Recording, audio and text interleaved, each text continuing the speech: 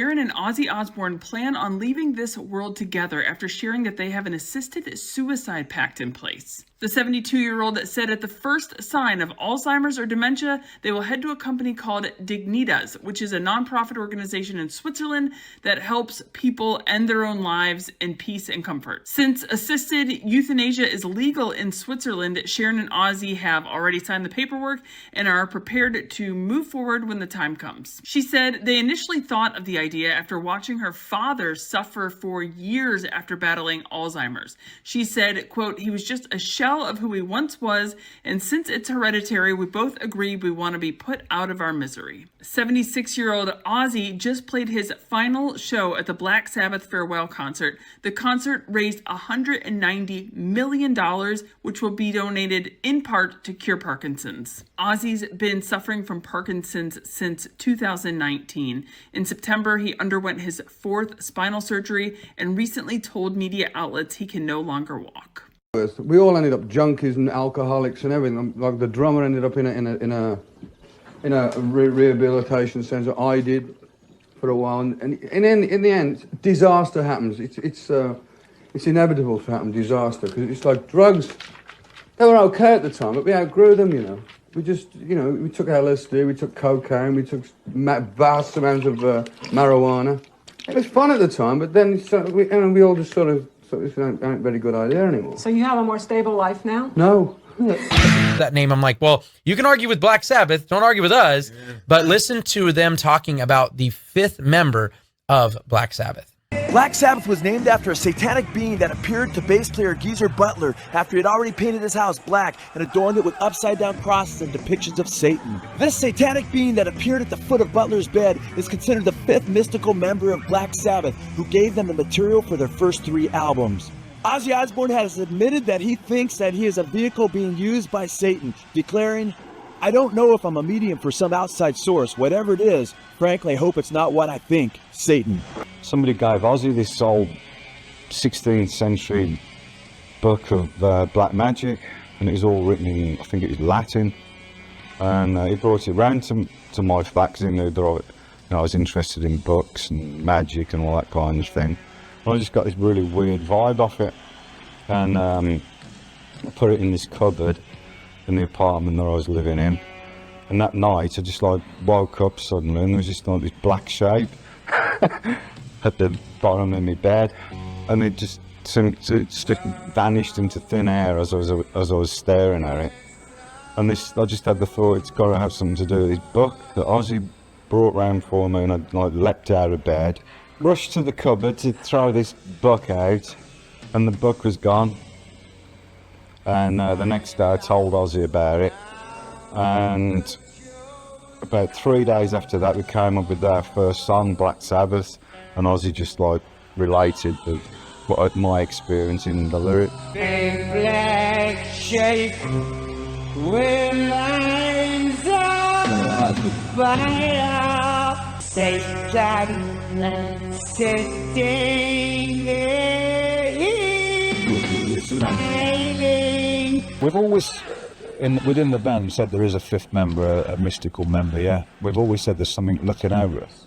And the only way that I can describe that, probably in its best, the best way for me is that when we were playing our first songs together, and especially our first the first 3 albums, for instance, we would literally show up in a room, and it was almost as if the songs were already written.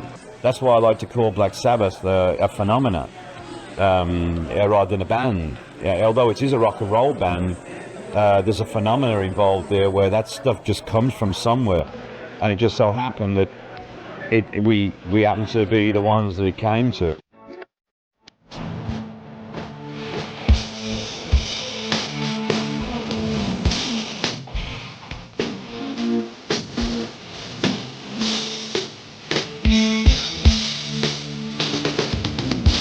Aleister Crowley called the wickedest man in the world.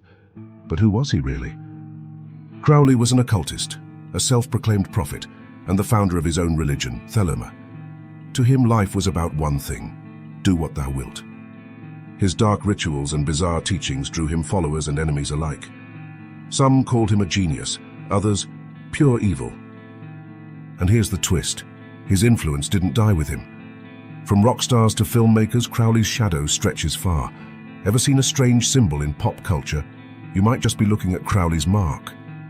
He was banned, condemned, and even feared by governments. But did Crowley unlock secrets too dangerous to reveal? Tell me, was Crowley a visionary or a madman? The thing about Ozzy is he's made a lot of big hit recordings. Party with the Animals, Sabbath, Bloody Sabbath, Facing Hell, Black Skies, and Bloodbath in Paradise. Ozzy, Mom loves your stuff.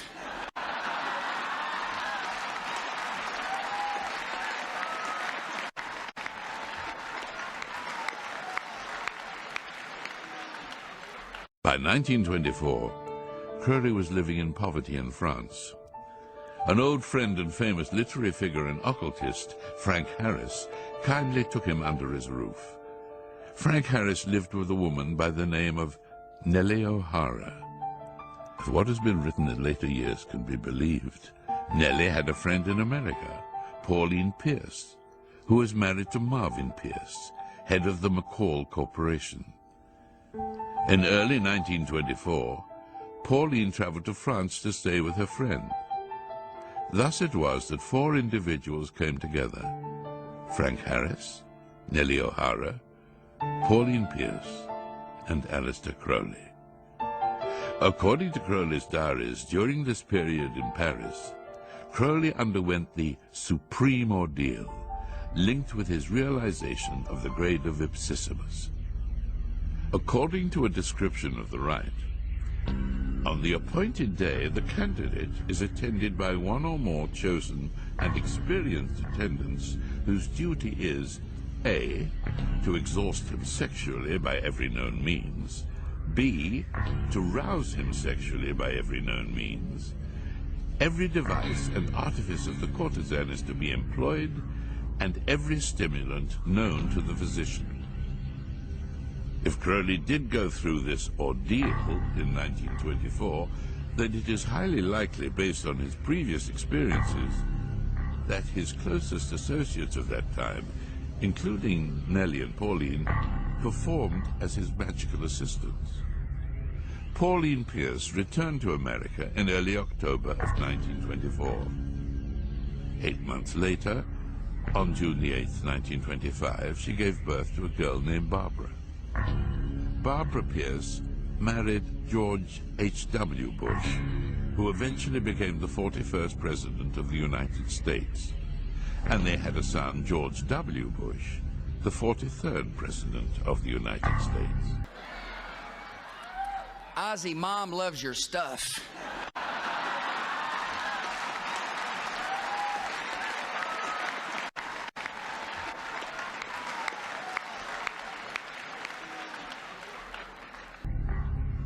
Could the wickedest man in the world, Aleister Crowley, be George W. Bush's grandfather?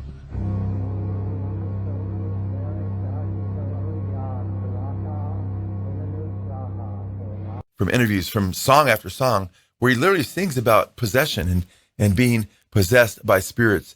I quote, and we've also shown an interview with Sharon Osbourne, his wife back then, just proclaiming that on Barbara Walters, saying that he came down, he was blinkers and it wasn't him, and saying that we've decided that you must die. And she said, we?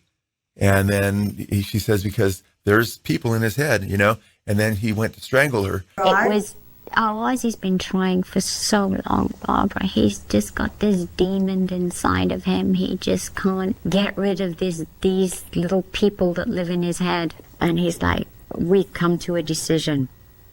And I'm like, we've?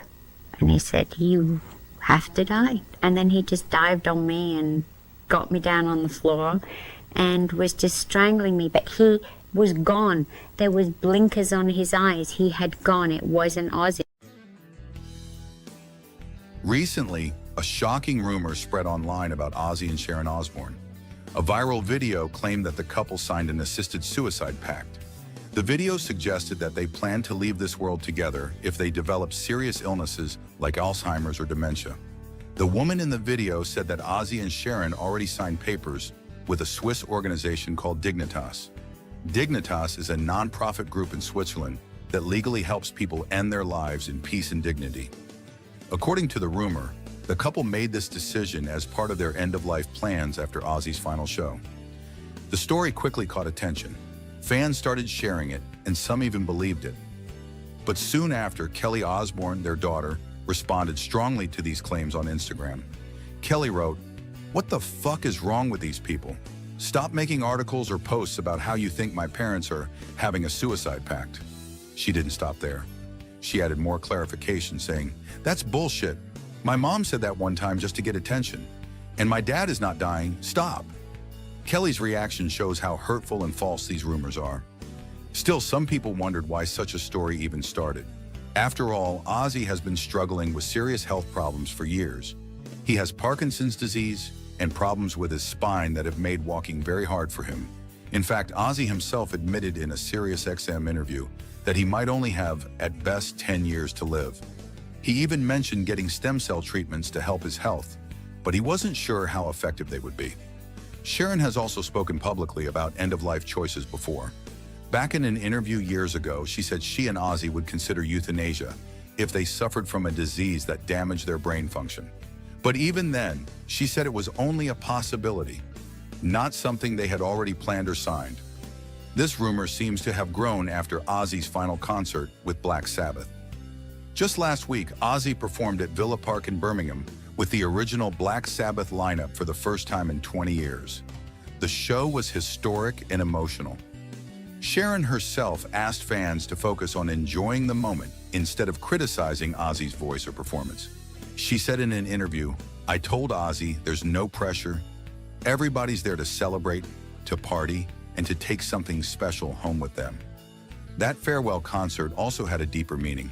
Proceeds from the show went to charities like Cure Parkinson's and Birmingham Children's Hospital, proving again how much Ozzy and Sharon care about giving back. On top of that, Ozzy has said he still hopes for one more show with Black Sabbath, including original drummer Bill Ward. He even imagined doing an unannounced club gig with the full band.